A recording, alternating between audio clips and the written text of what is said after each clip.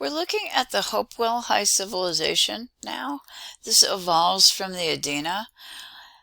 They are located, their heartland essentially is the central Ohio Valley, and you can see that up on the screen on the left, spreading out a fairly substantial distance in the United States in a sphere of influence. We'll see in a moment. They're particularly famous for their mounds, their clustered mounds, more than one mound together. Also the pipes, which we're going to take a look at, and the work that they do in copper and mica, especially the mica. We have on the top right a serpent, which has been carved out of mica, and on the lower right a raptor, a bird of prey, carved out of a sheet of copper. These are artifacts that were located in burial mounds. There is an indication that the society is a little more stratified, certainly than the archaic. I would also suggest than the Adena. Part of what separates Adena and Hopewell is that Hopewell do seem to flourish more mounds, bigger mounds, and greater burial goods that are located in those mounds. The Hopewell will decline sometime around 350 CE. The mounds themselves are going to be deserted. They just aren't going to be used anymore. Somewhere around 500. We don't know why. It might be, again, an environmental change that occurred, an exhaustion of resources. We just don't know. What we do know is that the people spreading out from the region continue to live, just not in the same kind of way. We also know that their beliefs are going to continue, and we'll see them emerge, flourish, and actually become increasingly complex and defined in the last of the mound builder periods, and that's going to be Mississippian. The Hopewell did not have political power over everyone in the region. Instead, we believe that the people of the Hopewell, we're going to call it an interaction sphere, actually had shared beliefs that tied them together, and the closest comparison I can give you would be Chavine, which we also refer to as an interaction sphere. So the people are unified by culture and by beliefs, but not necessarily by political power. We think all of this was facilitated by trade, and that is in the slide that I have for us right now. There was an incredible desire for what we refer to as exotic goods, goods that were not acquired locally but came from a great distance and have associations with them of power and of prestige, such as shells that come from the Gulf, grizzly bear teeth from the Rocky Mountains, objects that come from all over in various directions of the United States that could have been acquired and then crafted into the form of artworks, many of which ultimately end up in burial mounds accompanying the deceased to the next world. One of the things that's worth noting is that there are traces of a road system. I can't guarantee how extensive this was, but we do know that there's enough evidence to suggest that there was road work linking, minimally linking some of these ceremonial centers, the mound sites, together. So there was a great effort to make the interaction sphere and the trade network work well, and to keep those connections coming so that the goods could be exchanged. And as always, along with the exchange of goods, we have the reinforcement of ideas and beliefs and the exchange of beliefs as well. Ohio also has its own native materials, such as freshwater pearls that come out of the rivers. Many of these also end up in burials. In one example, up to 100,000 pearls placed with a single individual. The mica work is among the most prized creations of the Hopewell, and I have two samples for us right now. The one upper right is a mica form crafted depicting an eagle's claw, and the one that we have in our textbook is 3.6. It's an 11-inch long mica hand. It is incredible in terms of its craftsmanship.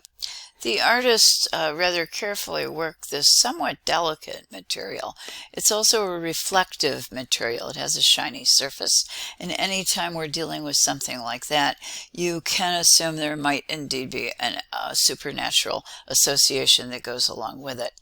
The hand has two holes located right down here at the bottom, and it's assumed that it was either worn, I think our textbook is saying it was worn as a pendant. The other possibility is it might have been attached to a garment.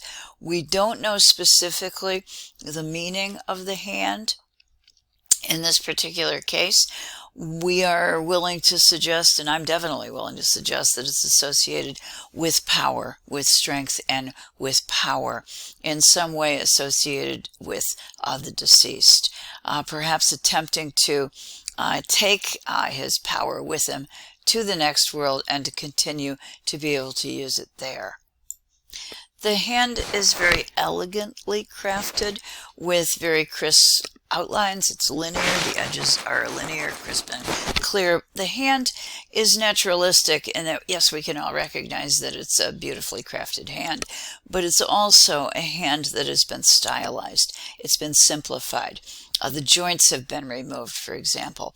If you were to hold your own hand up and look at it, you would discover that this very elegant version has tapered and elongated the fingers and removed any of the rough bumps along the edges of the fingers, creating, I'm going to say, an enhanced version of a human hand. The sample slide at the bottom is my hand being held up against this. This is located in the Historical Society of Ohio today, so you can go and look at it. It gives you a little bit of a sense that the mica hand, a little bit bigger than my hand, but also certainly more perfect in terms of the edges, eliminating all of the irregularities to create a stylized and rather elegant work of art. These are all examples of Hopewell platform pipes.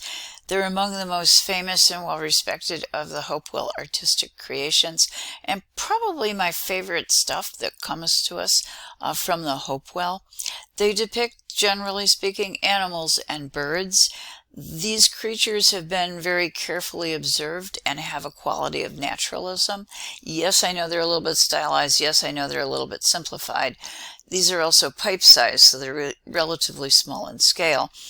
I'm going to argue for naturalism, however, because the animals all seem to convey poses and qualities that are inherent to the species. For instance, we have the barn owl, which is located in the lower left. And if you take a look, this is the face of the barn owl.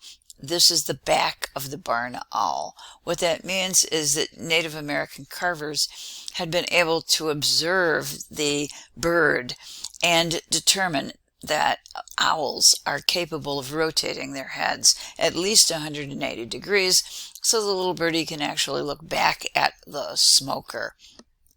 Each of these animals conveys something of its ordinary poses that it would participate in its daily life. For example, the one lower center is a coyote who's howling up at the moon, we observe or expect, so that there's a careful observation of the natural world in these images. They're also pretty cool because you put the tobacco in the hole. Let's go back here. This is the hole, and each of these would have a place where you could insert tobacco. On my owl, I'm sorry you can't see it. It's going to be behind the head. You can see it in my froggy over here. So that's where you put what you're going to smoke, usually, but not always, tobacco. And then you can see the hole. This is where you would actually exhale, inhale. So you would take the smoke through your body from that hole. What that means is, if you look carefully at these, and they are all animals located on slightly curving platforms, it means that the animal always faces the smoker, so that there is a direct connection between the animal and the person who is using this object, smoking the pipe. I think it's important to mention that pipe smoking was actually a sacred activity or a religious action. The person doing the smoking was burning the tobacco, or think burnt offering. It's an offering to the spirit world, and the smoke comes up and becomes a visible expression of that offering or of prayer. The animals also that we're looking at probably were spirit guardians or animal protectors with whom the smoker had an intimate relationship and hoped to maintain and reinforce that relationship through the act of smoking, perhaps calling on the power of the animal or bird to assist that individual in life. Another thing I'd like you to notice about our creatures is that, generally speaking, we can associate them with the world above and the world below, the above world and the below world. The owl, of course, and I'm going to say this might be a raven, not sure. The birdie over here in our right corner, the owl and the other bird are certainly creatures of the sky. The frog, lower right, and the beaver, upper left, are creatures of the water, perhaps land also, but primarily water, and the underworld, or the world underneath our own. The one in the center that's giving me a little more trouble is the coyote. I am going to link him in this case with the world above, the upper world, the above world, because he's actually looking up and howling at the moon. So these animals represent zones other than our own, tiers or levels other than our own. And one of the things we hope to do is tap into the power from that other realm to assist us in our daily life and in our survival. We also, I do believe, hope to help to keep a balance between those two realms. Think of the realm above us and the realm below us by encouraging harmony between the three realms, but particularly between the upper and the lower realm. And smoking might contribute to that. The smoke, of course, would go along the world axis, and I'm wondering if the smoke did not actually create an axis to travel on its own. This is a closer look at the one that we have in our book. This is one of the superstars of the pipes. It's brilliantly carved. We have some, I'm going to call it engraved design on the platform, and then we move into a kind of relief carving as the beaver comes up and becomes a fully three-dimensional form, and you can see the hole on the back of our beaver where we would put in probably the tobacco that we were going to smoke. The eyes of our beaver are river pearls, those freshwater pearls. And anytime you're dealing with anything that is iridescent and reflects and has a quality of almost emitting light, you have to acknowledge that you're dealing with something supernatural. So this is a creature presumably that could carry your prayers to the, in this case, the underworld, to the world below us. He also has teeth that are inset with bone, additions that animate the figure of the beaver and also give him a more lifelike quality at the same time. A final note that native tobacco was a lot stronger than today's tobacco, and that it could produce powerful psychological changes or effects on the smoker. There is evidence from a residue in the pipes that has been analyzed, so we are pretty confident with that.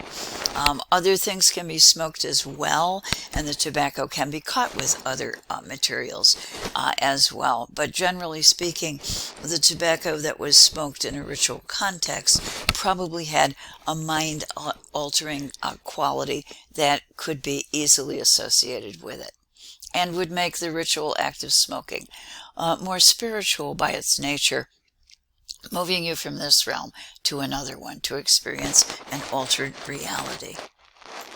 These tobacco plants still do exist today, and we have one report from an archaeologist who thought he really needed to try it to see what it was like to smoke native tobacco. He took one puff and he completely passed out. So I guess what I have for you is an additional example of anecdotal evidence about the power, the strength of the early tobacco form that was smoked by Native Americans in these pipes.